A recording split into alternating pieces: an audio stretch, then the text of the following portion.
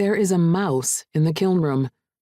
Jade knows there is a mouse in the kiln room because she is sitting on the floor, back against the wall, legs extended, and said mouse just ran across her foot.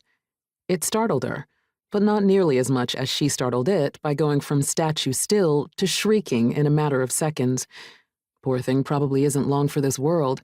Whatever instincts led it to a foodless room that'll be pushing 105 degrees as soon as Jade gets off her ass do not bode well for long-term survival.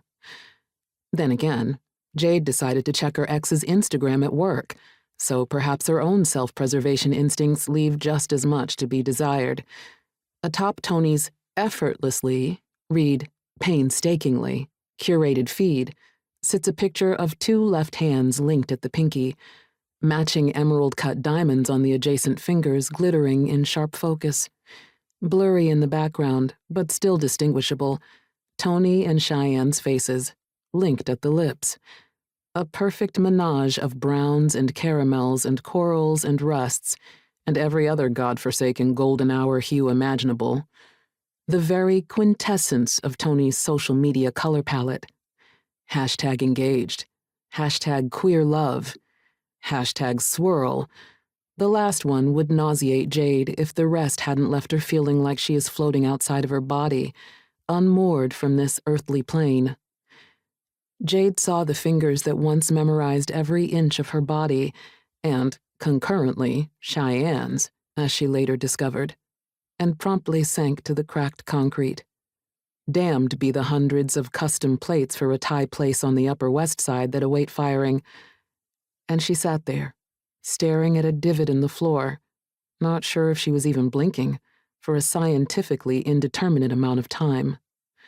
Until, of course, the mouse. It's not a particularly recent breakup, though the haziness of Jade's last 3 years tend to obfuscate the passage of time. At first, there were many drunken 2 a.m. pity parties and several meltdowns on the floor of a tissue culture room, but those are long gone. And not just because Jade hasn't set foot in a lab in 2.5 years. No, the stabbing force between Jade's lower ribs is from the realization that the woman she once thought she would be with forever, that everyone in her life thought she'd be with forever, is choosing to irrevocably belong with someone else. If there's any silver lining to finding herself single, graduate degreeless, and in physical contact with a Brooklyn-bred rodent on the day of her ex's engagement, it's that Nia's text message seems far less daunting than it had this morning. "Do you think this June?" came in at 9:08, and it's past 7.